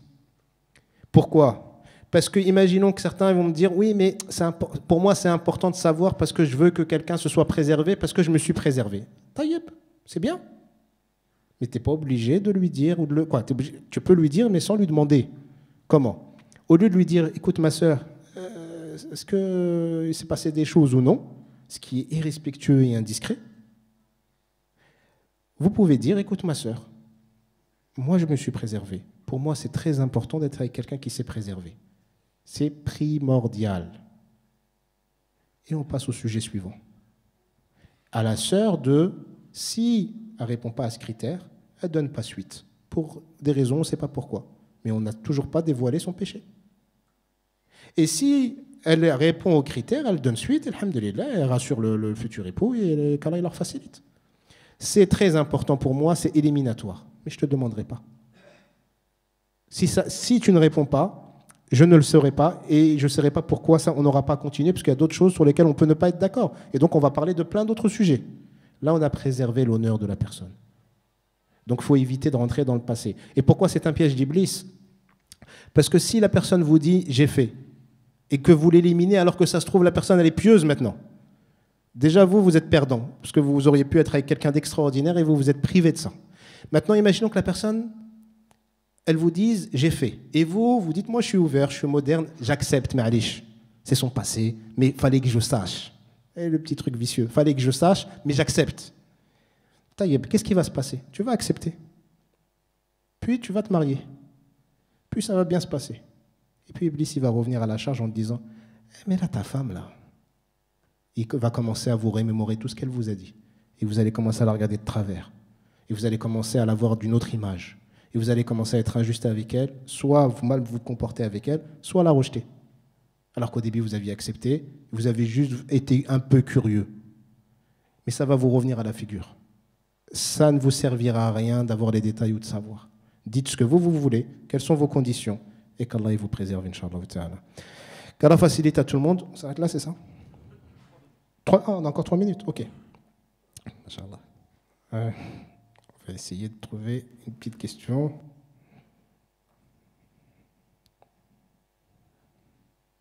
Salam alaikum, j'ai 2 questions s'il vous plaît. Est-ce que et comment les institutions musulmanes, mosquées, centres islamiques, etc., pourraient être une cause et concrètement jouer un rôle dans la résolution de la problématique du célibat pour qui le veut ?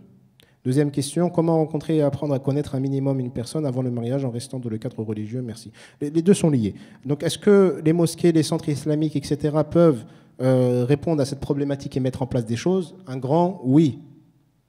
Et tous les centres, toutes les mosquées qui peuvent le faire, doivent le faire.